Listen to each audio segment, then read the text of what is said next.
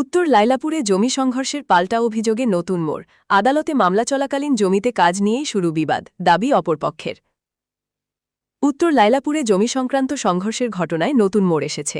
ঘটনার পর এবার নিজেদের অবস্থান স্পষ্ট করে পাল্টা অভিযোগ তুলেছে অপরপক্ষ। তাদের দাবি, আদালতে মামলা বিচারাধীন থাকা সত্ত্বেও বিতর্কিত জমিতে জোরপূর্বক কৃষিকাজ শুরু করাকে কেন্দ্র করেই পুরো ঘটনার সূত্রপাত। অপরপক্ষের অভিযোগ অনুযায়ী আহতদের মধ্যে রয়েছেন করিমউদ্দিন লস্কর, তার স্ত্রী মায়ারুন নেশা এবং তাদের ৩ ছেলে আতাবুর রহমান, সাজিবুর রহমান ও মুজিবুর রহমান। গুরুতর আহত অবস্থায় বর্তমানে ৫ জনই শিলচর মেডিকেল কলেজ ও হাসপাতালে চিকিৎসাধীন রয়েছেন। তাদের বক্তব্য, বিতর্কিত জমি নিয়ে আদালতে মামলা চলমান থাকলেও এনামুদ্দিন লস্কর ও তার ছেলেরা ওই জমিতে কাজ করতে যান। এতে আপত্তি জানানো হলে এনামুদ্দিন লস্কর, তার ছেলে আলী হুসেন, আমুল হুসেন, হাবিল হুসেন, জাবিল হুসেন সহ পরিবারের অন্য সদস্যরা তাদের ওপর হামলা চালান বলে অভিযোগ।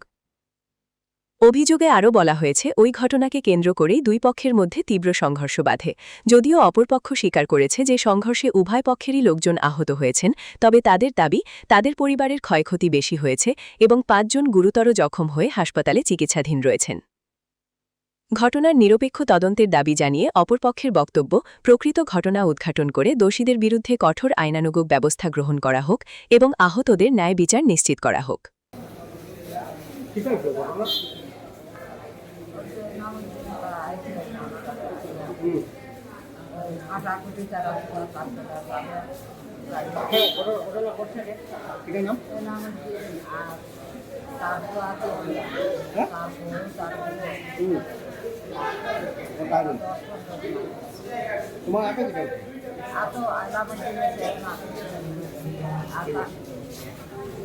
বাবা আজ 2 দিন হয়ে গেছে, কেউ কেন আমার বাবার কোনো সেন্স নাই। আমার বাবা বাঁচবা কি না বাঁচবা তা কোনো গ্যারান্টি নাই। আমি প্রশাসনের কাছে, বাবার সবার কাছে আমি বিচার চাই। আমি আমার বাবার বাড়ি গেছি, আমার বাবার বাড়ি যাওয়ার পরে বাবাকে চলে গেছি।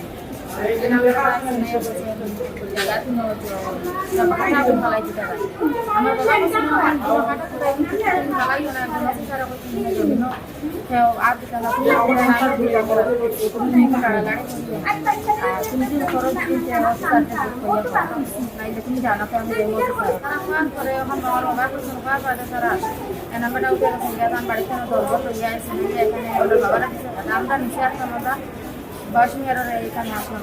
আমি আর আমার মা আর আমার বাবা আমার দাঁড়াতে কিছু আমরা ওর লগে যাওয়ার পরে বাবাকে বললাম সবাই পুলিশন করার পরে আমরা এখানে আমরা বাড়ি আক্রমণ করছি। আমি আর আমার মা আর আমার করার বাদে তারা আমার দেখছিলাম উনি আমার আমার বাড়ি 2 জন আইসেন নামিয়া আওয়ার ধরে ও তারাও মারছে, আমরাও তারা মারছি।